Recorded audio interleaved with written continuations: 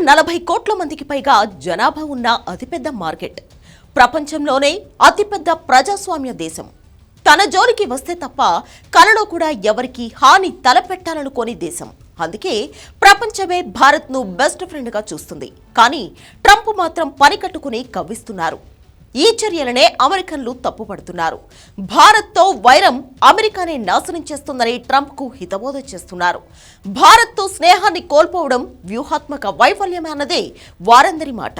ఇప్పటికే రిపబ్లికన్ నేత Nikki Haley, America top ఆర్థికవేత్త జెఫ్రీ సాట్స్ ట్రంప్ను టార్గెట్ చేస్తే, తాజాగా ఈ లిస్టులోకి మరో ఆర్థికవేత్త రిచర్డ్ వోల్ఫ్ వచ్చి చేరారు. భారత్తో ట్రంప్ వైరాన్ని రిచర్డ్ వోల్ఫ్ ఏనుగురు చిట్టెలుక ఢీకొట్టడమే అంటూ ఎద్దేవా చేశారు. ఆ వివరాలు టాప్ స్టోరీలో చూద్దాం.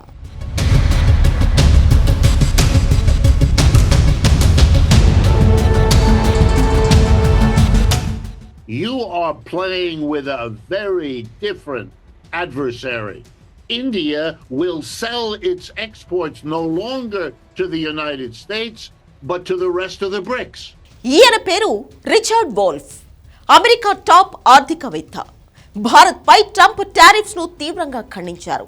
రిచర్డ్ అభిప్రాయంలో భారత్ విషయంలో అమెరికా ప్రపంచానికి పెద్దన్నట్టుగా వ్యవహరిస్తున్నప్పటికీ ఈ చర్యల వల్ల తన కాలిపై తానే గొడ్డలి పెట్టు వేసుకుంటోందని అన్నారు. రష్యా నుంచి చమురు కొనుగోలు చేస్తున్నందుకు భారత్పై విధించిన భారీ టారిఫ్స్ ని ఆయన తప్పుపట్టారు.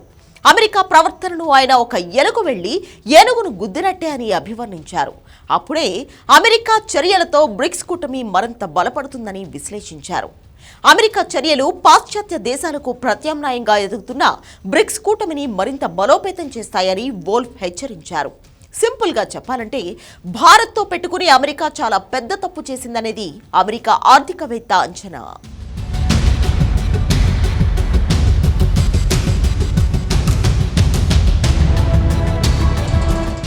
రిచర్డ్ వోల్ఫ్ ఒక్కరే కాదు, ట్రంప్ సొంత party Republican leader Nikki Haley, అమెరికాకి చెందిన టాప్ ఎకానమిస్ట్ జెఫ్రీ సాట్స్ కూడా ఇవే హెచ్చరికలు చేశారు.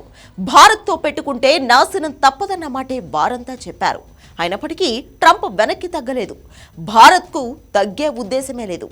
సీన్ కట్ చేస్తే, ఏ దేశం నుంచి ముడి చమురు కొనొద్దని బెదిరించారో అదే దేశం నుంచి క్రూడ్ ఆయిల్ దిగుమతులు మరింత పెంచుకునే దిశగా అడుగులు పడుతున్నాయి. రష్యా నుంచి భారత్ ముడి చమురు దిగుమతులు మరింత పెంచాలని ప్లాన్ చేసినట్లు రిపోర్టులు చెబుతున్నాయి. సెప్టెంబర్ నెలలో దిగుమతులు 10 నుండి 20% వరకు పెంచనున్నట్లు సమాచారం. అంటే రోజుకు దాదాపు 3 లక్షల బ్యారెల్స్ ను అదనంగా కొనుగోలు చేయనుంది. ప్రస్తుతం భారత్ రష్యా నుంచి 40% క్రూడ్ ఆయిల్ ను దిగుమతి చేసుకుంటోంది. ఇందుకోసం రష్యా ఒక బ్యారెల్ కు $2 నుండి $3 మేర డిస్కౌంట్ కూడా ఇస్తోంది. అమెరికా టారిఫ్లు భారత్పై 50% అమల్లోకి వచ్చిన వేళ మోడీ సర్కారు ఈ నిర్ణయం తీసుకున్నట్లు వార్తలు వస్తున్నాయి. అదే నిజమైతే అమెరికా బెదిరింపులకు జడిసేవాడు ఎవ్వడూ లేడని మరోసారి చెప్పినట్లే. రిచర్డ్ వోల్ఫ్ అంచనా వేసిన అమెరికా పతనం కూడా స్టార్ట్ అయినట్లే.